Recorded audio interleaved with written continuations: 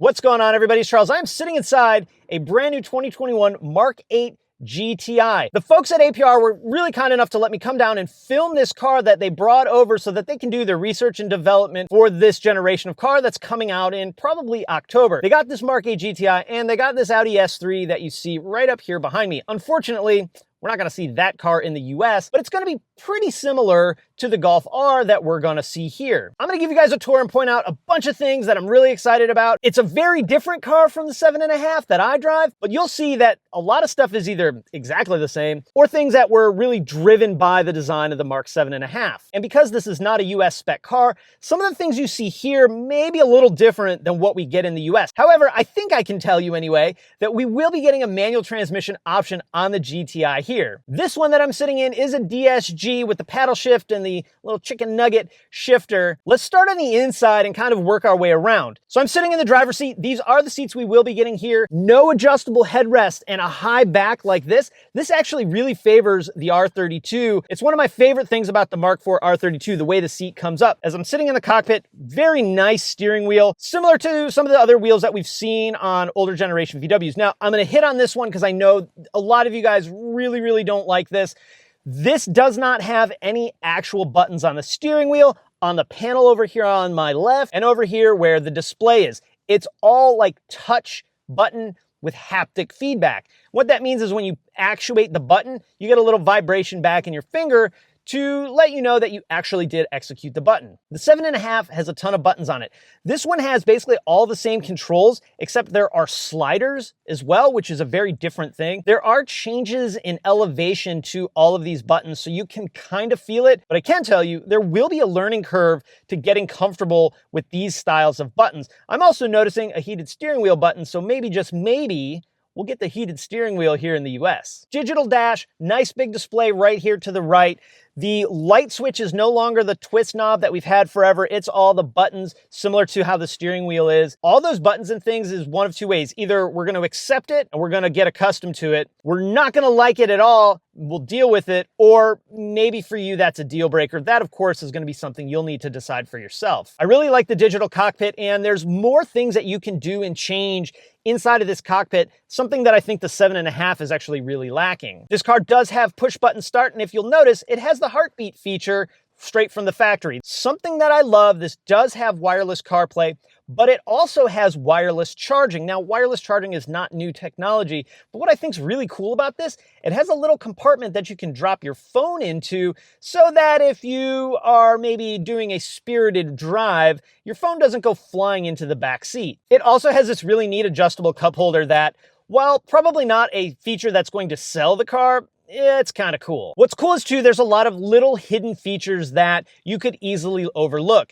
The honeycomb on the dash being one of them. The GTI stamp on the tire being another one. When we come out to the outside of the car, this is obviously what we've been seeing for quite a long time in both press releases and photos and everything online. We haven't actually experienced here in the US. I really think this car looks so much better in person than it has in any picture or any video that I have seen online. The pictures and videos online really give it a Tiguan look, and let's be honest, it looks a lot like the Tiguan, but when you're in the car, you actually don't really feel like you're in a big SUV. I think it's kind of the flattish back end that kind of gives it that feel, but I really don't get that vibe from it when you're standing next to the car or walking around it. Of course, this car could stand to be lower a little bit, which of course the aftermarket's going to provide for us. The car we get here is going to be very similar to this one. However, due to DOT regulations and things like that, we aren't going to get this version of lighting package that the car has, which is unfortunate because it's pretty cool. But much like the Mark 7,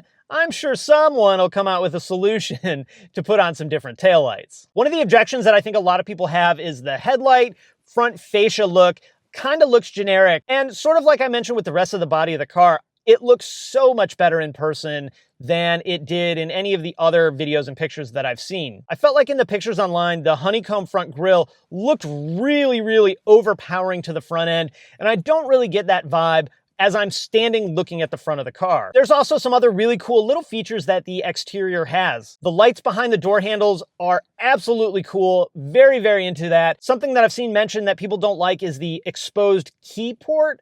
to actually turn and unlock and lock the car. I understand that that does kind of break up the overall look of the handle. It's great if you lock your keys in the car because it's way easier to get in. Now, I can't confirm this next part, but I will say, much like the 7.5, the other handles in the car look really similar. So if some industrious person was trying to maybe flip passenger side to driver side so you can retain Kessie, or maybe even add Kessie to the rear like we did in my Mark 7.5, that very well may be an option. As we move under the hood, we're gonna find a pretty familiar under hood and engine setup. This is the 4th generation of EA 888. They're targeting 241 horsepower out of the 2-liter turbo. The turbo setup's pretty similar to the last generation of car with the diverter valve right on top of the turbo. I have heard the R with the different turbocharger is going to have a remote location for the diverter valve. Couple of noteworthy things. There is now a master fuse on the battery. Behind this little cover here is a 400 amp fuse, which is great. So maybe if someone jump starts their car backwards, they won't cook the ECM. Also noticing a little bit different style battery hold down, as well as something very different, a completely different brake booster setup. So you don't have that big vacuum diaphragm anymore. This looks to be an electric assist. I'm wondering if this is a similar design to maybe what the ID4 is gonna have. Now, it looks really similar,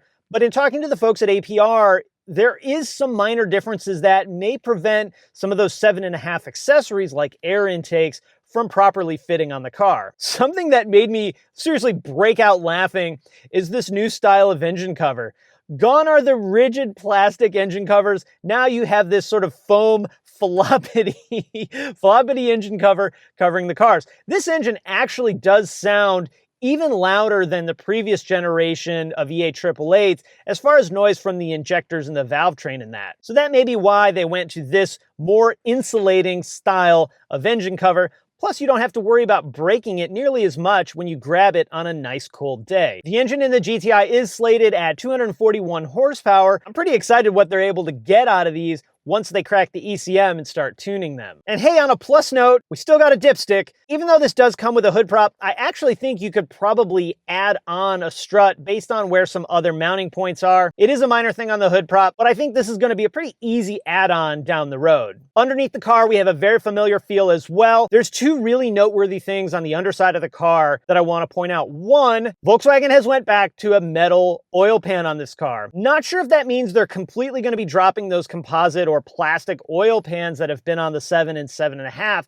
but this one is a steel pan, so I know a ton of people who hated the composite pan are going to be pretty excited about that. This car also does have the electronic differential, similar to the previous generation Performance Pack GTI, and that really does change the way the car behaves. I hope that stays on all GTIs going forward. The other noteworthy thing is there's a lot of aero underneath the car.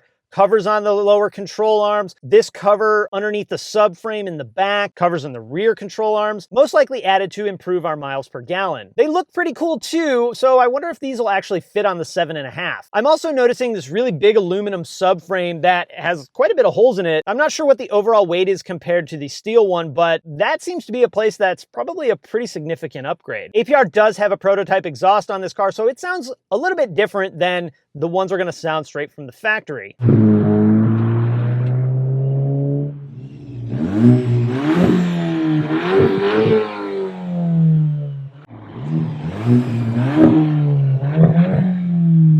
This is something really cool about these guys getting this car so early, is that we're going to have accessories available very, very soon, if not the day the car launches. I also have to say the key's pretty cool. These are not haptic. They do have an actual button, even though it doesn't really look like it. So I like that we're making keys a bit smaller than we had before. All right, so I gotta say, I'm much more excited about this car now than I was when the first releases all came out and seeing pictures online. The car looks so much better in person than it has anywhere else I've seen it. So I'm really, really happy about that. Like always, there's going to be things that we don't like about the car. Some of them I totally get. Some of them are very personal preference type things. A lot of people are complaining that we are not going to see a two-door version of this or the R. I will tell you, you can probably expect to never, ever, ever see one again. It maybe doesn't make sense. I don't know. I love the two-door. I get it. I own a couple of two-door Golfs, so I know what you're saying, but we got a plan for never seeing another one again, very similar to how it happened with the Jetta. So between this car and the R, which should be the best driving R that's ever hit the road, I think the Mark 8 is going to be very, very cool, a very fun car, a very mod-friendly car, very much like the 7 and 7.5. It's going to be great to get into the backside electronics and poke around and see all the cool stuff that we can change. Luckily for us in the US, this car's been out for a while by the time we get them, so some of that stuff should have already been figured out for us, so we can go in, poke around, have fun, changing all those little things that we love to change. Oh, to answer another question that I know you guys have, because it's something that drives me insane on my Golf, the rear door panels are illuminated, and I'm real excited about that. I think you can actually change the color of all the lighting, like here, this red lighting here. I think there's like 30 or something colors in it. Very cool, a minor customizable thing, and a super nitpicky Charles thing that I shouldn't be as excited about LEDs in the rear door panels, but I am. And I also dig the red with this honeycomb on the dash. It has a very Star Wars-y feel to it, and you guys know I love that. So after seeing it in person, I'm just so much more excited about it than I was before. Will I be buying one? Well, that's TBD at this point in time. We won't have them till October or so anyway, so I got a minute to decide. Hey, also, huge thank you to APR for letting me come down and bumming in their shop all day today. Seeing some of the research and development they got going on and how they put sensors everywhere. It's so cool to see that kind of stuff. There's an RS6 right there getting all sensored up. That's an S3 that sadly we won't see. There's Porsches over on this side, so it's super cool. Again, big thanks to those guys. With that, I'm out. Have an awesome day, guys, and I'll talk to you again next time.